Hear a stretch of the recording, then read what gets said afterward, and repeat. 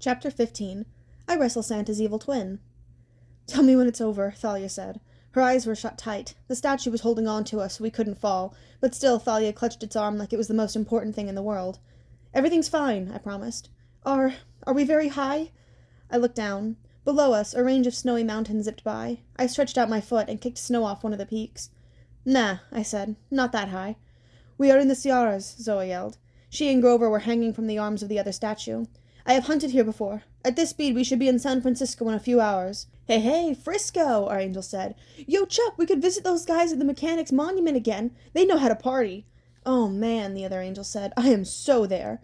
"You guys have visited San Francisco?" I asked. "We automatons gotta have some fun once in a while, right?" our statue said. "Those mechanics took us over to the DeYoung Museum and introduced us to these marble lady statues, see? And Hank," the other statue Chuck cut in. "They're kids, man." "Oh, right." If bronze statues could blush, I swear Hank did. Back to flying. We sped up, so I could tell the angels were excited. The mountains fell away into hills, and then we were zipping along over farmland and towns and highways. Grover played his pipes to pass the time. Zoe got bored and started shooting arrows at random billboards as we flew by. Every time she saw a Target department store, and we passed dozens of them, she would peg the store sign with a few bullseyes at 100 miles an hour. Thalia kept her eyes closed the whole way. She muttered to herself a lot, like she was praying. "You did good back there," I told her. Zeus listened. It was hard to tell what she was thinking with her eyes closed. "Maybe," she said. "How'd you get away from the skeletons in the generator room anyway? You said they cornered you." I told her about the weird mortal girl, Rachel Elizabeth Dare, who seemed to be able to see right through the mist. I thought Thalia was going to call me crazy, but she just nodded. "Some mortals are like that," she said. "No one knows why." Suddenly I flashed on something I'd never considered. My mom was like that. She had seen the Minotaur on Half-Blood Hill and known exactly what it was. She hadn't been surprised at all last year when I told her my friend Tyson was really a Cyclops. Maybe she'd known all along. No wonder she'd been so scared for me when I was growing up. She saw through the mist even better than I did. "Well, that girl was amazing," I said. "But I'm glad I didn't vaporize her. That would have been bad." Thalia nodded. "Must be nice to be a regular mortal." She said that as if she'd given it a lot of thought. "Where do you guys want to land?" Hank asked, waking me up from a nap. I looked down and said, "Whoa." I'd seen San Francisco in pictures before, but never in real life. It was probably the most beautiful city I'd ever seen, kind of like a smaller, cleaner Manhattan, if Manhattan had been surrounded by green hills and fog. There was a huge bay, and ships, islands and sailboats, and the Golden Gate Bridge sticking up out of the fog. I felt like I should take a picture or something. "Greetings from Frisco. Haven't died yet. Wish you were here." "There," Zoe suggested. "By the Embarcado building." "Good thinking," Chuck said. "Me and Hank can blend in with the pigeons." We all looked at him. "Kidding," he said. "Sheesh, can't statues have a sense of humor?" As it turned out, there wasn't much need to blend in, as it was early morning and not many people were around. We freaked out a homeless guy on the ferry dock when we landed. He screamed when he saw Hank and Chuck and ran off yelling something about metal angels from Mars. We said our goodbyes to the angels, who flew off to party with their statue friends. That's when I realized I had no idea what we were going to do next. We'd made it to the West Coast. Artemis was here somewhere, Annabeth too, I hoped. But I had no idea how to find them, and tomorrow was the winter solstice. Nor did I have any clue what monster Artemis had been hunting. It was supposed to find us on the quest. It was supposed to show the trail, but it never had. Now we were stuck on the ferry dock with not much money, no friends, and no luck. After a brief discussion, we'd agreed we'd need to figure out just what this mystery monster was. "But how?" I asked. "Nereus," Grover said. I looked at him. "What? Isn't that what Apollo told you? Find Nereus?" I nodded. I'd completely forgotten my last conversation with the sun god. "The old man of the sea," I remembered.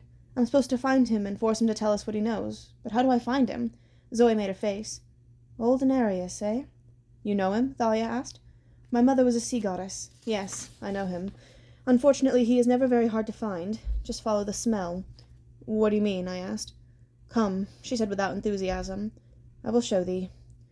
I knew I was in trouble when we stopped at the Goodwill drop box. 5 minutes later, Zoe had me outfitted in ragged flannel shirt and jeans 3 sizes too big, bright red sneakers, and a floppy rainbow hat. "Oh yeah," Grover said, trying not to burst out laughing. "You look completely inconspicuous now." Zoe nodded with satisfaction. "A typical male vagrant." "Thanks a lot," I grumbled. "Why am I doing this again?" "I told thee. To blend in." She led the way back down to the waterfront. After a long time spent searching the docks, Zoe finally stopped in her tracks. She pointed down a pier where a bunch of homeless guys were huddled together in blankets, waiting for the soup kitchen to open up for lunch. "He will be down there somewhere," Zoe said. "He never travels far from the water. He likes to sun himself during the day." "How do I know which one is him?" "Sneak up," she said. "Act homeless. You will know him. He will smell different." Great. I didn't want to ask for particulars. And once I find him, grab him, she said, and hold him. He will try anything to get rid of thee. Whatever he does, do not let go. Force him to tell thee about the monster. We've got your back, Thalia said. She picked up something off from the back of my shirt, a big clump of fuzz that came from who knows where. Ugh. On second thought, I don't want your back, but we'll be rooting for you. Grover gave me a big thumbs up. I grumbled how nice it was to have super powerful friends. Then I headed towards the dock. I pulled my hat down and stumbled like I was about to pass out, which wasn't hard considering how tired I was. I passed our homeless friends from the Embarcado, who was still trying to warn the other guys about the metal angels from Mars. He didn't smell good, but he didn't smell different. I kept walking. A couple of grimy dudes with plastic grocery bags for hats checked me out as I came close by. Beat it, kid, one of them muttered. I moved away. They smelled pretty bad, but just regular old bad, nothing unusual.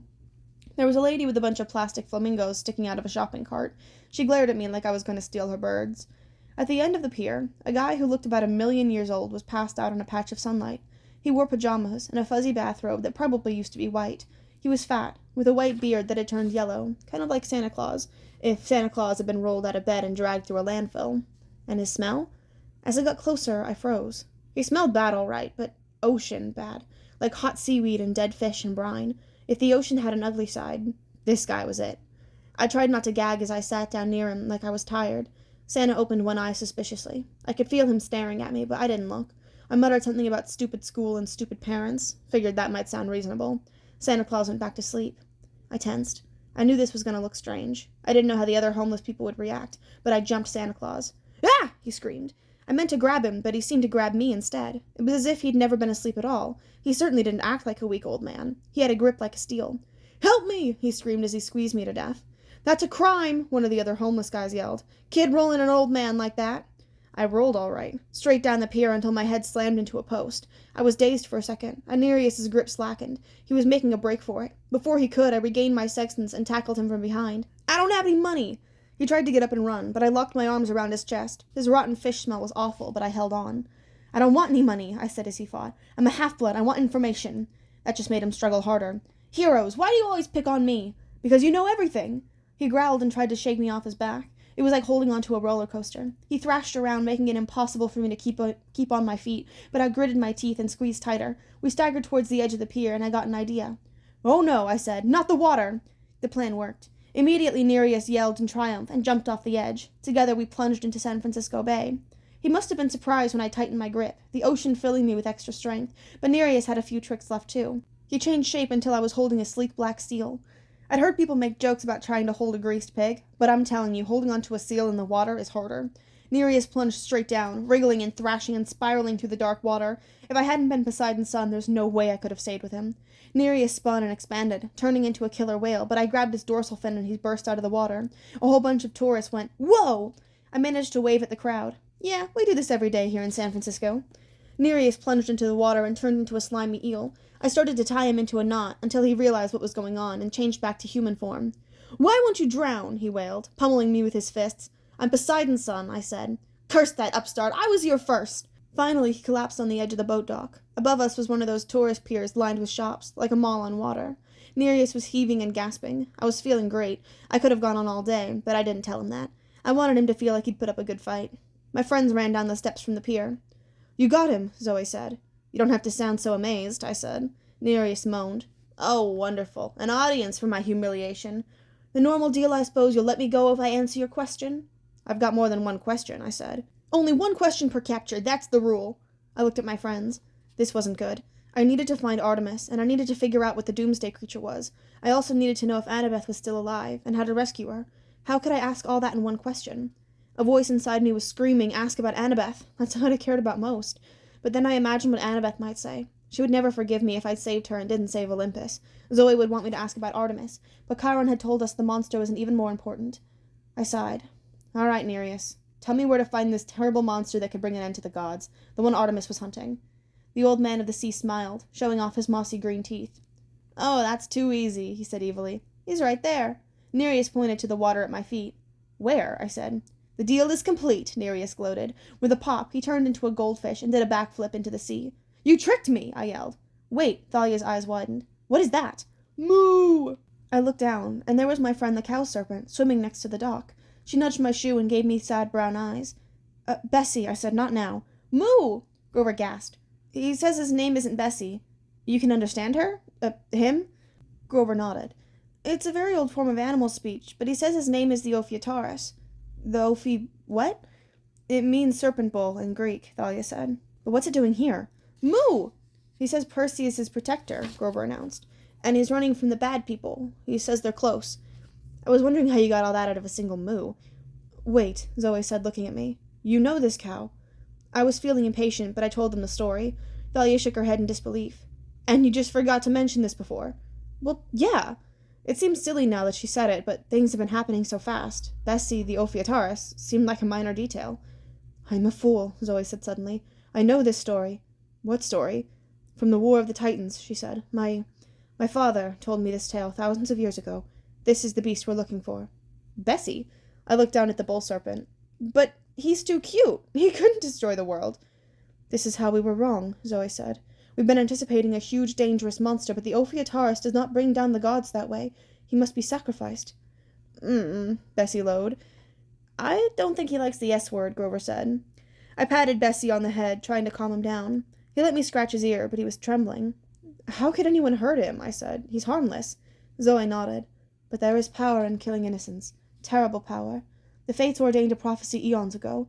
When this creature was born, they said that whoever killed the Ophiutarus and sacrificed its entrails to fire would have the power to destroy the gods. Grover said, maybe we could avoid talking about entrails, too. Thalia stared at the cow serpent with wonder. The power to destroy the gods? How? I mean, what would happen? No one knows, Zoe said. The first time, during the Titan War, the Ophiutarus was in fact slain by a giant ally of the Titans, but thy father Zeus sent an eagle to snatch the entrails away before they could be tossed into the fire.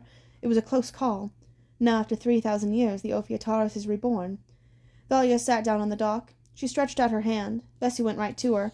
Thalia placed her hand on its head. Bessie shivered. Thalia's expression bothered me. She almost looked hungry. We have to protect him, I told her. If Luke gets hold of him... Luke won't hesitate, Thalia muttered. The power to overthrow Olympus. That's huge. Yes, it is, my dear, said a man's voice in a heavy French accent. And it is a power you shall unleash. The Ophiutarus made a whimpering sound and submerged. I looked up. We'd been so busy talking we'd allowed ourselves to be ambushed. Standing behind us, and his two-colored eyes gleaming wickedly, was Dr. Thorne, the manticore himself. This is just perfect, the manticore gloated. He was wearing a ratty black trench coat over his Westover Hall uniform, which was torn and stained. His military haircut had grown out spiky and greasy. He hadn't shaved recently, so his face was covered in silver stubble. Basically, he didn't look much better than the guys down at the soup kitchen. Long ago, the gods banished me to Persia, the manticore said. I was forced to scrounge for food on the edges of the world, hiding in forests, devouring insignificant human farmers for my meals.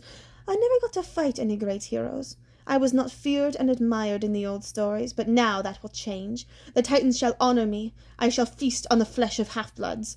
On either side of him stood 2 armed security guys, some of the mortal mercenaries I'd seen in D.C. 2 more stood on the next boat dock over, just in case we tried to escape that way. There were tourists all around us, walking down the waterfront, shopping at the pier above us, but I knew that wouldn't stop the manticore from acting. Where are the skeletons? I asked the manticore. He sneered. I do not need those foolish undead. The general thinks I am worthless. He will change his mind when I defeat you myself. I needed time to think. I had to save Bessie. I could dive into the sea, but how could I make a quick getaway with a 500-pound serpent cow? And what about my friends? We beat you once before, I said. Ha! You could barely fight me with a goddess on your side. And alas, that goddess is preoccupied at the moment. There will be no help for you now. Zoe notched an arrow and aimed it straight at the manticore's head. The guard on either side of us raised their guns. Wait, I said. Zoe, don't. The manticore smiled. The boy is right, Zoe Nightshade. Put away your bow. It would be a shame to kill you before you witness Thalia's greatest victory. What are you talking about? Thalia growled. She had her shield and spear ready. Surely it is clear, the manticore said. This is your moment. This is why Lord Kronos brought you back to life. You will sacrifice the Ophiutarus. You will bring its entrails to the sacred fire on the mountain. You will gain unlimited power, and for your 16th birthday, you will overthrow Olympus. No one spoke. It made terrible sense. Thalia was only 2 days away from turning 16. She was a child of the Big Three, and here was a choice. A terrible choice that could mean the end of the gods. It was just like the prophecy said. I wasn't sure if I felt relieved, horrified, or disappointed.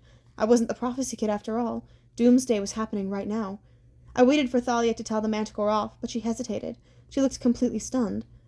You know it is the right choice, the manticore told her. Your friend Luke recognized it. You shall be reunited with him. You shall rule this world together under the auspices of the Titans. Your father abandoned you, Thalia. He cares nothing for you, and now you shall gain power over him. Crush the Olympians underfoot as they deserve. Call the beast. It will come to you. Use your spear. Thalia, I said, snap out of it. She looked at me the same way she had the morning she woke up on Half-Blood Hill, dazed and uncertain. It was almost like she didn't know me. I don't... Your father helped you, I said. He sent the metal angels. He turned you into a tree to preserve you. Her hands tightened on the shaft of her spear. I looked at Grover desperately. Thank the gods he understood what I needed. He raised his pipes to his mouth and played a quick riff. The manticore yelled, Stop him! The guards had been targeting Zoe, and before they could figure out what the kid with the pipes was the bigger problem, the wooden planks at their feet sprouted new branches and tangled their legs. Zoe let loose 2 quick arrows that exploded at their feet in clouds of sulphurous yellow smoke. Fart arrows. The guards started coughing. The manticore shot spines in our directions, but they ricocheted off my lion's coat. Grover, I said, tell Bessie to dive deep and stay down. Moo! Grover translated. I could only hope that Bessie got the message. The cow, Thalia muttered, still in a daze. Come on! I pulled her along as we ran up the stairs to the shopping center on the pier. We dashed around the corner of the nearest store. I heard the manticore shouting at his minions. Get them! Taurus screamed as the guards shot blindly into the air. We scrambled to the edge of the pier. We hid behind a little kiosk filled with souvenir crystals, wind chimes and dream catchers and stuff like that, glittering in the sunlight. There was a water fountain next to us. Down below, a bunch of sea lions were sunning themselves on the rocks. The whole of San Francisco Bay spread out before us. The Golden Gate Bridge, Alcatraz Island, and the green hills and fog beyond that to the north. A picture-perfect moment, except for the fact that we were about to die and the world was going to end. Go over the side, Zoe told me. You can escape in the sea, Percy. Call on thy father for help. Maybe you can save the Ophiutorus. She was right, but I couldn't do it. I won't leave you guys, I said. We fight together. You'll have to get word to camp, Grover said. At least let them know what's going on. Then I noticed the crystals making rainbows in the sunlight. There was a drinking fountain next to me. Get word to camp, I muttered. Good idea. I uncapped Riptide and slashed the top off the water fountain. Water burst out of the busted pipe and sprayed all over us. Thalia gasped as the water hit her. The fog seemed to clear from her eyes. Are you crazy? She asked. But Grover understood. He was already fishing around in his pockets for a coin. He threw a golden drachma into the rainbows created by the mist and yelled, Oh, goddess, accept my offering. The mist rippled. Camp Half-Blood, I said. And there, shimmering in the mist right next to us, was the last person I wanted to see. Mr. D, wearing his leopard skin jogging suit and rummaging through the refrigerator. He looked up lazily. Do you mind? Where's Chiron? I shouted. How rude. Mr. D took a swig from a jug of grape juice. Is that how you say hello? Hello, I mended. We're about to die. Where's Chiron? Mr. D considered that. I wanted to scream at him to hurry up, but I knew that wouldn't work. Behind us, footsteps and shouting, the Manticore's troops were closing in. About to die, Mr. D mused. How exciting. I'm afraid Chiron isn't here. Would you like me to take a message? I looked at my friends. We're dead. Thalia gripped her spear. She looked like her old angry self again. Then we die fighting. How noble, Mr. D said, stifling a yawn. So what is the problem exactly? I didn't see it would make any difference, but I told him about the Ophiutorus. He studied the contents of the fridge. So that's it. I see. You don't even care, I screamed. You just as soon watch us die. Let's see. I think I'm in the mood for pizza tonight. I wanted to slash through the rainbow and disconnect, but I didn't have time. The Manticore screamed, There! And we were surrounded. 2 of the guards stood behind him. The other 2 appeared on the roofs of the pier shops above us. The Manticore threw off his coat and transformed into his true self, his lion claws extended and his spiky tail bristling with poison barbs. Excellent, he said. He glanced at the apparition in the mist and snorted. Alone? Without any real help? Wonderful. You could ask for help, Mr. D murmured to me, as if this was an amusing thought. You could say please.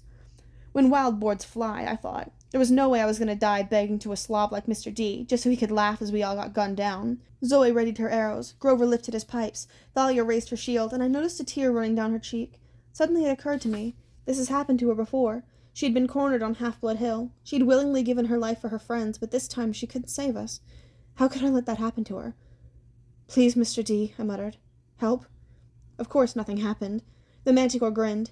Spare the daughter of Zeus. She will join us soon enough. Kill the others. The men raised their guns, and something strange happened. You know how you feel when all the blood runs to your head, as if you'd hang upside down and turned right side up too quickly? There was a rush like that all around me, and a sound like a huge sigh. The sunlight tinged with purple. I smelled grapes and something more sour. Wine. Snap! It was the sound of many minds breaking at the same time, the sound of madness. One guard put his pistol between his teeth like it was a bone and ran around on all fours. 2 others dropped their guns and started waltzing with each other. The 4th began doing what looked like an Irish clogging dance. It would have been funny if it hadn't been so terrifying. "No!" screamed the manticore. "I will deal with you myself." His tail bristled, but the planks under his paws erupted into grapevines, which immediately began wrapping around the monster's body, sprouting new leaves and clusters of green baby grapes that ripened in seconds as the manticore shrieked until he was engulfed in a huge mass of vines, leaves, and full clusters of purple grapes. Finally, the grapes stopped shivering, and I had a feeling that somewhere inside there, the manticore was no more. "Well," Dionysus said, closing his refrigerator, "that was fun." I stared at him, horrified. How did you... "Such gratitude," he muttered. "The mortals will come out of it. Too much explaining to do if I make their condition permanent. I hate writing reports to father." He stared resentfully at Thalia. "I hope you learned your lesson, girl. It isn't easy to resist power, is it?" Thalia blushed as if she were ashamed. "Mr. D," Grover said in amazement, You saved us." Don't make me regret it, Satyr. Now get going, Percy Jackson. I've brought you a few hours at most." "The Ophiutorus," I said. "Can you get it to camp?" Mr. D sniffed. "I do not transport livestock. That's your problem." "But where do we go?" Mr. D looked at Zoe. "Oh, I think the huntress knows. You must enter at sunset today, you know, or all is lost. Now goodbye. My pizza's waiting." "Mr. D," I said. He raised his eyebrow. "You called me by my right name," I said. "You called me Percy Jackson." "I most certainly did not, Peter Johnson. Now off with you!" He waved his hand, and the image disappeared in the mist. All around us, the Manticore's minions were still acting completely nuts. One of them had found our friend the homeless guy, and they were having a serious conversation about the metal angels from Mars. Several other guards were harassing the tourists, making animal noises, and trying to steal their shoes. I looked at Zoe. "What did he mean? You know where to go?" Her face was the color of fog. She pointed across the bay, past the Golden Gate. In the distance, a single mountain rose above the cloud layer. "The garden of my sisters," she said. "I must go home."